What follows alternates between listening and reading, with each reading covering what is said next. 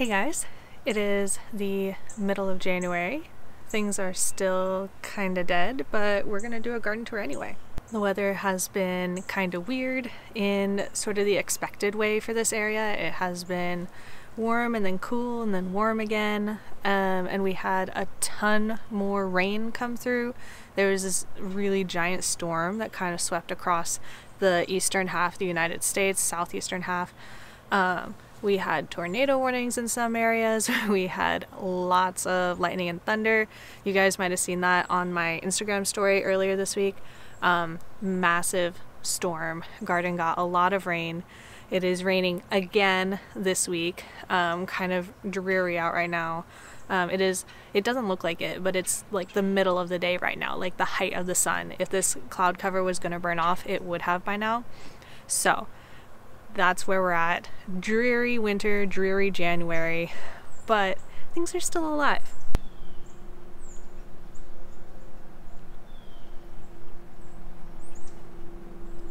And because of all that rain, you know what I haven't done is spread that pile of mulch. What can you do? So not a lot changing on this first row here. Still plenty of weeds to see. Among the garlic, which is slowly growing. You can see this one's on its third leaf, and this one even here is on its fourth leaf. So that is looking really healthy, very on track for garlic.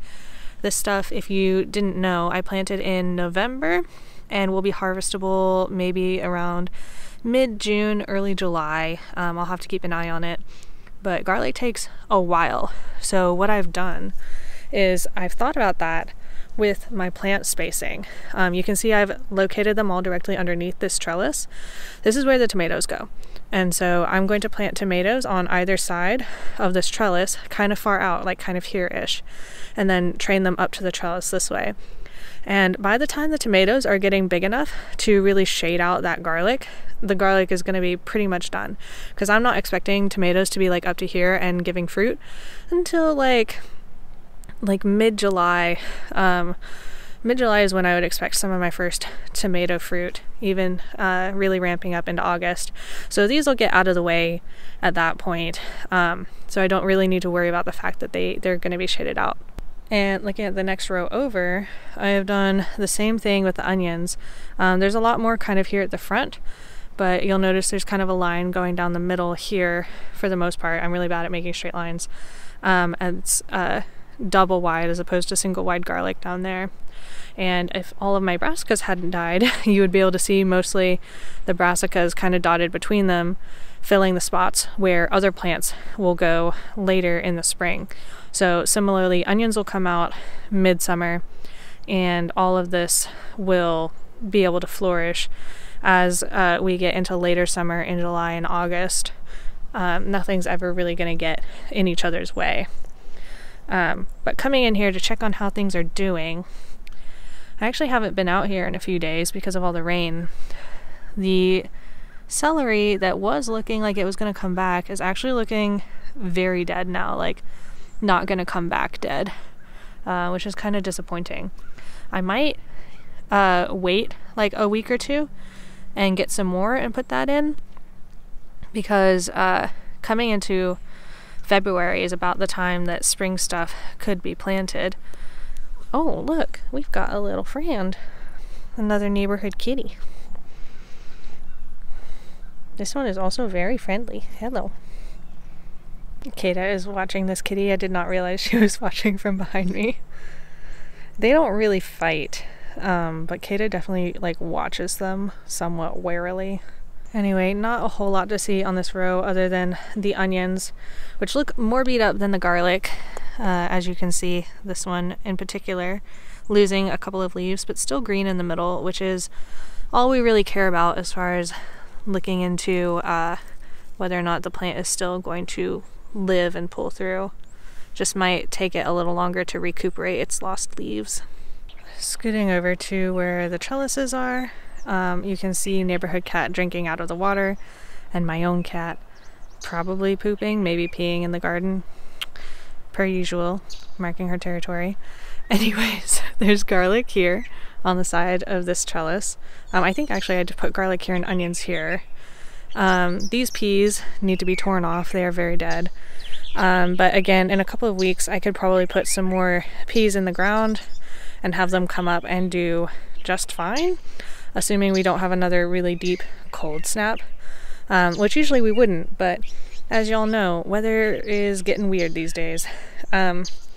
More garlic coming along here, and then the section where the carrots should be, but mostly are not. Let's see if any of these little sprouts that I saw last time are actually still here and or getting bigger. There's this here that looks older than the sprouts that I saw. Oh, there's something. Those are carrot looking things. Oh, kitty. Those are carrot looking things. This kitty is directly underneath me and Kate is just watching. Oh, the drama. So I also found these right here. Those look like carrot sprouts. But I don't see anything that's really advancing beyond sprout. These things look to be like they're coming up after the rain, and then the rain is hitting so hard that it's like destroying all the little baby sprouts. That's my guess anyway. At least we'll still have whatever these two carrots are. Maybe there's 3 there.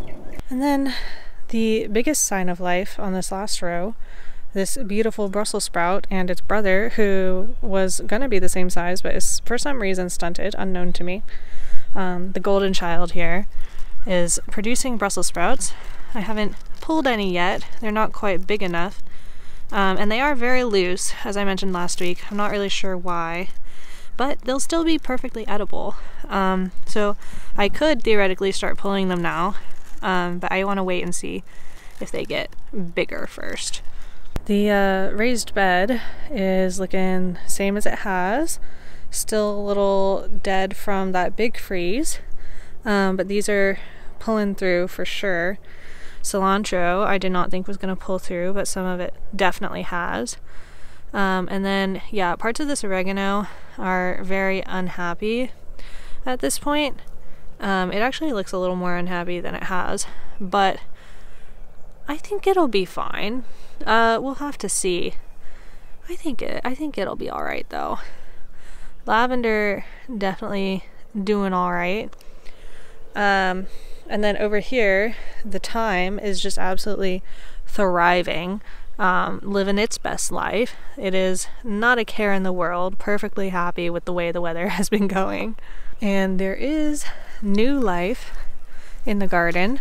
First of all, if y'all didn't see my video last week, my dad built this garden bench for me and then we painted it together.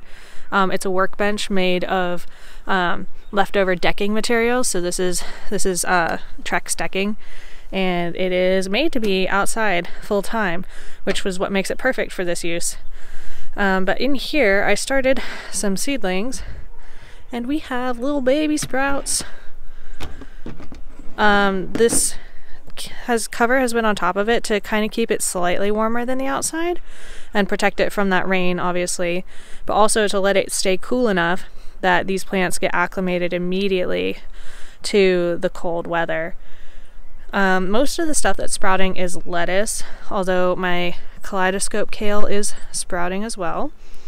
And then the spinaches are going to take a lot longer, so I'm not concerned that they haven't come up yet. They're definitely much longer germination times than the rest of these things. And I did use some organic rev in the water that I've been feeding them.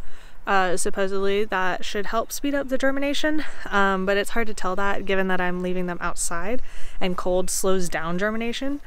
But can't hurt. And if you don't know what I'm talking about, organic rev is this like liquid biology basically to give to your plants. It is all of the supporting bacteria and so forth that you need for healthy soil. And I have a video talking about it up here, why I love it, and in the description you can get your own. I am affiliated with them. You can get 10% off if you use my code. And I get a little kickback from that as well, so you're supporting your garden and supporting my channel. Alright, and then the berry patch is currently looking the same as it did last week. The one blueberry over here that is really feeling itself, feeling great, still looks good. All these little buds just waiting for spring. And the ones that were unhappy still look unhappy. I don't really expect much to change in here, although it kind of seems like this strawberry is popping off, making some new greenery, which is interesting for the winter. And blackberries, raspberries, currently just waiting. Most of the stuff is waiting. And that's the garden on a rainy January day. Don't forget, I am running my seed giveaway this month, and I will link to that video below so you can check it out if you haven't heard. But commenting on this video is an entry in the seed giveaway, so definitely comment below. And as always, thank you so much for watching, and until next time, happy gardening.